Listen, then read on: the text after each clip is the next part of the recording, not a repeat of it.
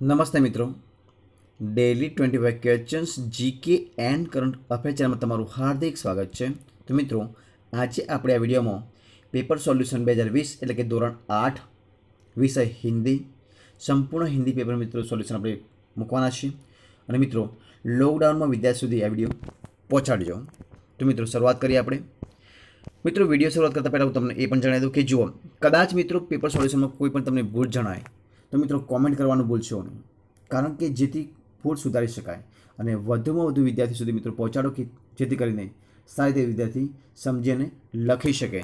તો મિત્રો જોઈએ છીએ આપણે દ્વિતીય સંદ્રાગ પરીક્ષા 2020 ધોરણ 8 વિષય હિન્દી. તો મિત્રો, પ્રશ્ન 1ની આપણે શરૂઆત કરીએ છીએ. તો જોઈએ કે નિમ્નલિખિત प्रश्नों में के कई विकल्प जो सारे पर दिए इनमें से प्रश्नों के सही विकल्प चुनकर लिखिए. तो देखिए दोस्तों, क्या कहते हैं, देखिए यहाँ देखिए, तूफानों की और इकाई के कवि कौन हैं. तूफानों की और जो काव्य है उनका कवि कौन है. सुदर्शन, शिवमंगल सिंह सुमन, विनय महाजन या तुलसीदास. तो दोस्तों, उनका सही आंसर है शिवमंगल सिंह सुमन, यानी कि बी वाला ऑप्शन सही है, शिवमंगल सिंह सुमन. आगे देखिए, डायरी लेखन के बारे में कौन सा वाक्य सही नहीं है वो आपको बताना है. दोस्तों, क्या है, डायरी लेखन में क्रमबद्धता हो, डायरी लेखन में सिर्फ मासिक ही लिखी जाती है, प्रतिदिन की घटनाओं का लेखा जोखा होता है, स्थान और तिथि का स्पष्ट रूप से उल्लेख होना आवश्यक है. तो दोस्तों, डायरी लेखन के बारे में कौन सा वाक्य सही नहीं है वो आपको बताना है. तो दोस्तों,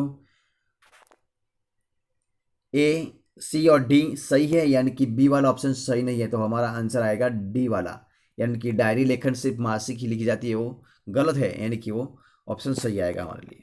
आगे देखिए, शब्दकोश के क्रम अनुसार नीचे दिए गए शब्दों में से दूसरे स्थान पर आने वाला शब्द कौन सा है. तो दोस्तों, पहला है संग्राम, दूसरा संध्या, तीसरा संपत्ति और चौथा स्मृति. ये चारों हैं, संग्राम, संध्या, संपत्ति और स्मृति, ये चारों है. तो दोस्तों, दूसरे स्थान पर कौन आता है, तो वो आता है संध्या. कौन आता है, संध्या, यानी कि दूसरे स्थान पर आता है संध्या.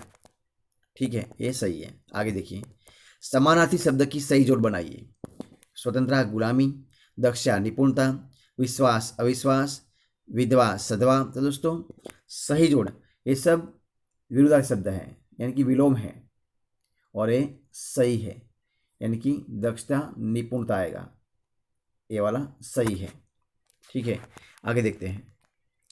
विश्वास अविश्वास, उजाला तो क्या आएगा, उजियारा, अंधियारा, प्रकाश या रोशनी. दोस्तों, उजाला तो उजियारा, सॉरी अंधियारा, ये आएगा, बी वाला ऑप्शन. आगे, निम्नलिखित शब्दों में से कौन सा शब्द अलग है. पवन, हवा, पवन और प्रकाश. तो दोस्तों, पवन, हवा और पवन जो सारे शब्द है वो पवन के समानार्थी है, यानी कि प्रकाश वो अलग शब्द है. ठीक है, यानी कि ये वाला शब्द आएगा. आगे देखते हैं, आंख नीची होना मुहावरे का सही अर्थ कौन सा है. लज्जित होना, मोहित होना, अति प्रसन्न होना या नीचे देखना. तो दोस्तों, आंख नीची होना जो मुहावरा है उनका सही आंसर है, अर्थ है लज्जित होना, यानी कि पहला वाला सही आंसर है. आगे देखिए, आदि शब्द जो दिया है उनका अर्थ बताइए. आदि तो अंत, प्रारंभ, किनारा या आकाश. तो दोस्तों, आदि यानी कि शुरुआत हम कहाँ से करते हैं, आदि यानी कि शुरुआत, तो यही है प्रारंभ जो शब्द दिया है वो सही आंसर है. ठीक है दोस्तों, आगे देखिए, निम्नलिखित वाक्यों का हिंदी में अनुवाद कीजिए. क्या करना है, हिंदी में अनुवाद करना है. रविशंकर बसમાં મુસાફરી કરી રહ્યા છે. આ વાક્ય અહીં આપેલું છે, તો એનું હિન્દીમાં શું થાય, રવિશંકર બસ में सफ़र कर रहे हैं. क्या है, रविशंकर बस में सफ़र कर रहे हैं, ये आंसर आएगा.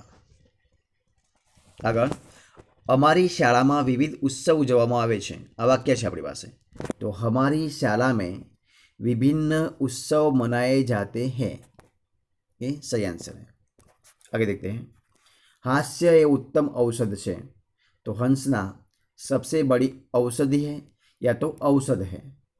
औषध, औषध, औषध है। ठीक है, अगला वाला, हूँ रमत रमाड़ू छू, तो मैं खेल खिलाता हूँ। ठीक है, आगे देखिए, नीचे दिए गए शब्द उत्तर के रूप में मिले ऐसी पहेलियां बनाइए, किन्हीं दो। ठीक है, तो दोस्तों हमारे पास पहला वाला है बादल, तो बादल की हम बनाते हैं बादल। तो देखिए, न तो खड़े जमीन में न ऊपर कोई सहारा, कारण बनता कभी शीतल छांव का, कभी मूसलाधार बहाया। क्या है बादल का? न तो खड़े जमीन में न ऊपर कोई सहारा, कारण बनता कभी शीतल छांव का, कभी मूसलाधार बहाया। देखिए दोस्तों, दूसरी हम देखिए पतंग की। देखिए पतंग की, कागज का घोड़ा धागे की कलाम, कागज का घोड़ा धागे की लगाम, छोड़ दे धागा तो करे सलाम। क्या है पतंग का? कागज का घोड़ा धागे की लगाम, छोड़ दे धागा तो करे सलाम। ये दोस्तों दो पहेली हमने लिखे हैं, और हाथी के जो दोस्तों हैं वो आप कहीं भी के खोज कर लिख लेना। आगे दोस्तों देखिए, निम्नलिखित प्रश्नों के उत्तर संक्षेप में दोस्तों लिखना है। तो दोस्तों ये प्रश्न है, वो सारे प्रश्न दोस्तों आप ढूंढ कर लिख देना। ठीक है, आगे ये भी, यहाँ एक प्रश्न में आपको बता देता हूँ, कच्छ का म्यूजियम क्यों कहते हैं, कच्छ को म्यूजियम क्यों कहते हैं। दोस्तों यहाँ जो कच्छ है, उस कच्छ में यानी कि वहाँ पर अनेक दर्शनीय स्थलों का वैविध्य है, इसीलिए कच्छ को म्यूजियम कहते हैं। और दूसरा दोस्तों आप ढूंढ कर लिख लेना। आगे देखते हैं, निम्नलिखित प्रशंसकीय शब्दों का प्रयोग करके वाक्य लिखिए। दोस्तों यहाँ दो शब्द दिए हैं, पहला है तहसील और दूसरा मुख्यालय। तो निम्नलिखित प्रशंसकीय शब्दों का प्रयोग करके वाक्य लिखिए। तो तहसील है, तो कुंवर सिंह तहसील के मुखिया थे। कौन?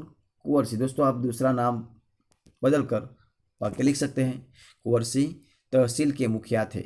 आगे मुख्यालय, तो हमारी शिक्षा का मुख्यालय कहाँ पर है? गांधीनगर में है। हमारी शिक्षा का मुख्यालय गांधीनगर में है। आगे देखते हैं दोस्तों, निम्नलिखित प्रश्नों के उत्तर संक्षेप में लिखिए। दोस्तों वही भी आप लिख सकते हैं। तो दोस्तों मैं आपको एक प्रश्न का आंसर बता देता हूँ। देखिए क्या है, समस्या के आने पर हमें क्या करना चाहिए। समस्या, चाहे कोई भी समस्या आ जाए तो हमें क्या करना चाहिए। तो दोस्तों समस्या आने पर हमें क्या करना चाहिए? भयभीत नहीं होना चाहिए, शांति और धीरज से समस्या का उचित उपाय खोजना चाहिए। क्या करना चाहिए? समस्या आने पर हमें क्या है? समस्या आने पर हमें भयभीत नहीं होना चाहिए, शांति और धीरज से समस्या का उचित उपाय खोजना चाहिए। ठीक है दोस्तों, ब आप ढूंढ कर लिख लेना। और दोस्तों हमारे पास एक काव्य पूर्ति है। देखिए आगे ब वाला, सॉरी क वाला, निम्नलिखित काव्य पूर्तियों पूर्ण कीजिए। तो क्या है? मंदिर मस्जिद, वो हम पूरी कर लेते हैं। मंदिर मस्जिद गिरजाधर ने बांट लिया भगवान को, मंदिर मस्जिद गिरजाधर ने बांट लिया भगवान को, धरती बांटी सागर बांटा मत बांटो इंसान को। ये इधर हमने वो जो काव्य पंक्ति पूर्ण कर ली है। ठीक है दोस्तों, और आगे देखते हैं, सूचना अनुसार कीजिए। रेखांकित शब्दों का लिंग परिवर्तन करना है। जिस यहाँ विद्वान शब्द है उस विद्वान के नीचे लिंग के रेखांकित किया है, तो उनको लिंग परिवर्तन करना है। तो विद्वान वक्तव्य दे रहे हैं, तो विद्वान यानी कि विदुषी, लिंग परिवर्तन हो गया। विदुषी वक्तव्य दे रही है। क्या है? विदुषी वक्तव्य दे रही है। आगे पंडित, तो क्या होगा? पंडिताइन। तो देखिए पंडिताइन मंदिर में बैठी है, पंडित मंदिर में बैठा है, तो पंडिताइन मंदिर में बैठी है। ठीक है, आगे वाक्यों में से विशेषण ढूंढकर लिखना है। तो क्या करना है? विशेषण।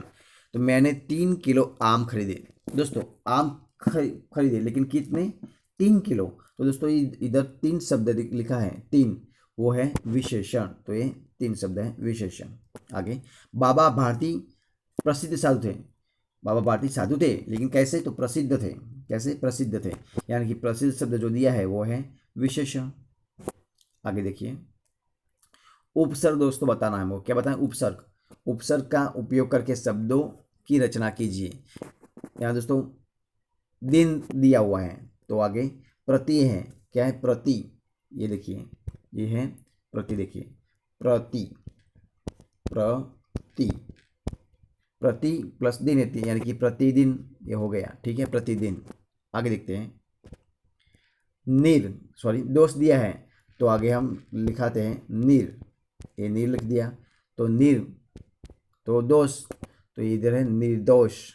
ठीक है, आगे देखते हैं, प्रत्यय का उपयोग करके शब्दों की रचना कीजिए। दोस्तों इधर प्रत्यय दिया है, उनका उपयोग करके रचना करते हैं। समाज, तो प्रत्यय का उपयोग करके शब्दों की रचना, तो समाज, तो इक, तो सामाजिक, इक शब्द हमने लगा दिया तो सामाजिक हो गया। ठीक है, आगे भूत, तो नी, तो भूतनी, तो इधर भूतनी हो गया। ठीक है, आगे वाक्य में से अव्यय ढूंढकर लिखना है। क्या करना है? अव्यय ढूंढना है। यानी कि अव्यय दोस्तों उनको कहते हैं जिसका कभी भी परिस्थिति में कोई बदलाव नहीं आता, उनको अव्यय कहते हैं। ठीक है, अव्यय किसे कहते हैं? तो वाक्य में से अव्यय ढूंढकर लिखना है। राम के साथ लक्ष्मण भी वन में गए। साथ, राम के साथ, साथ शब्द वो अव्यय है, यानी कि वो उनकी कोई भी परिस्थिति आ जाए कभी भी, तो उनका कोई भी बदलाव उनमें होता नहीं है। राम के साथ लक्ष्मण भी वन में गए, तो साथ जो शब्द है वो है अव्यय। नरेश प्रतिदिन, प्रतिदिन कार्यालय जाता है। नरेश प्रति कार्यालय, तो ये यदि यहाँ प्रतिदिन शब्द है वो है अव्यय, प्रतिदिन। ठीक है, आगे दोस्तों अपूर्ण कहानी को पूर्ण कीजिए। दोस्तों यहाँ पर कहानी दी है, तो उनको आपको पूर्ण करना है। क्या कहानी? एक पढ़ा लिखा व्यक्ति नाव में सवार हुआ। वह घमंड से नाविक से पूछने लगा, क्या तुमने व्याकरण पढ़ा है? दोस्तों ये कहानी अधूरी है, तो आपको उनको पूर्ण करना है।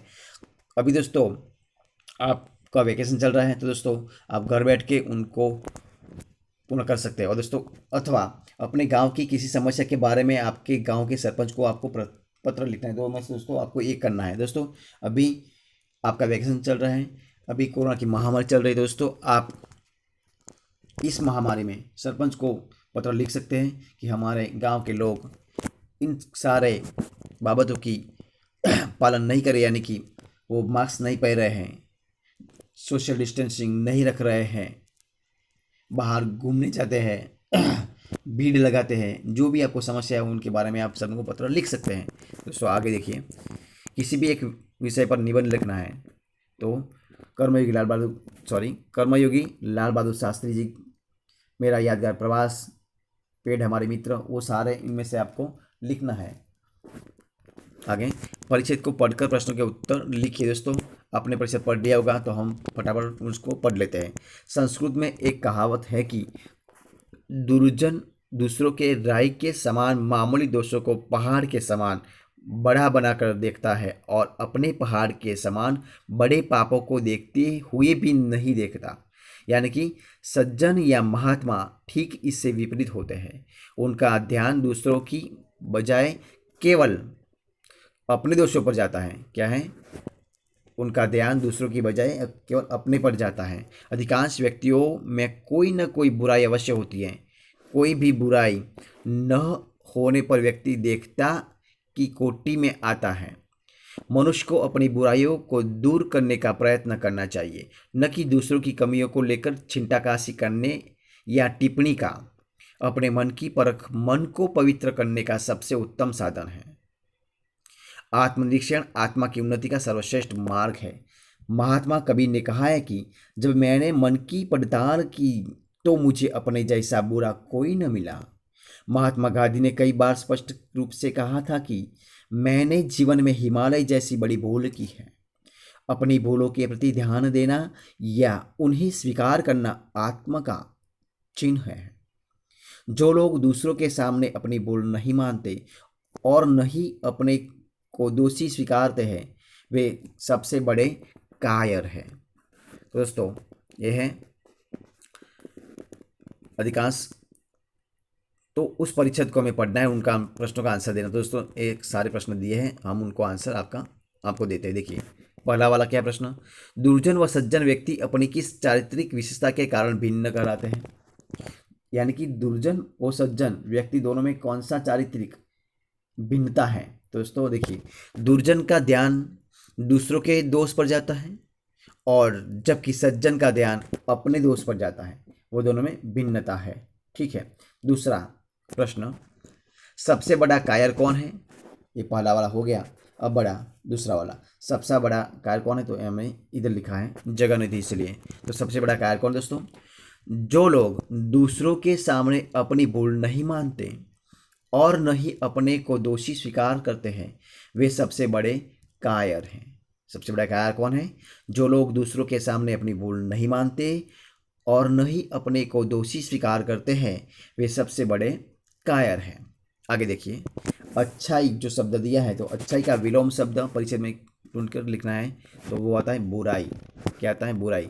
देखिए इधर दिया हुआ है, ये शब्द दिया हुआ है। ठीक है, तो वो शब्द आता है बुराई। ठीक है। और दोस्तों आगे देखते हैं, उपरोक्त गद्यांश का उपयुक्त शीर्षक लिखिए। शीर्षक दोस्तों क्या आता है, तो शीर्षक दोस्तों आता है, देखिए इधर दिया हुआ है, देखिए क्या है, आत्मनिरीक्षण आत्मा की उन्नति का सर्वश्रेष्ठ मार्ग है। क्या है, आत्मनिरीक्षण, शीर्षक है आत्मनिरीक्षण आत्मा की उन्नति का सर्वश्रेष्ठ मार्ग है, वो शीर्षक हम लिख सकते हैं। ठीक है। और दोस्तों दूसरा भी ये है, अपनी भूलों के प्रति ध्यान देना, उन्हें स्वीकार करना आत्मबल का चिन्ह है, वो भी हम लिख सकते हैं। उनका जो ये है करना आत्मबल का चिन्ह है, वो भी हम लिख सकते हैं। तो दोस्तों ये सारे प्रश्न हमने दिए, आपको सारा सॉल्यूशन दे दिया। तो दोस्तों अगर आपको मेरा इस वीडियो अच्छा लगा हो तो दोस्तों हमारे वीडियो को लाइक कीजिए, उनको कमेंट कीजिए, आपके दोस्तों में शेयर कीजिए। और दोस्तों लास्ट में, अब तक आपने हमारे चैनल को सब्सक्राइब नहीं किया है तो दोस्तों उनको सब्सक्राइब कर लीजिए। और दोस्तों बगल में जो बेल आइकन दिया है ना, उनको भी आपको प्रेस करना है, यानी कि सबसे पहले आपको एक नोटिस मिल जाएगा और सबसे पहले आप वीडियो को देख सके। दोस्तों हमारे वीडियो को फर्स्ट अंत तक देखने के लिए आपका बहुत बहुत धन्यवाद।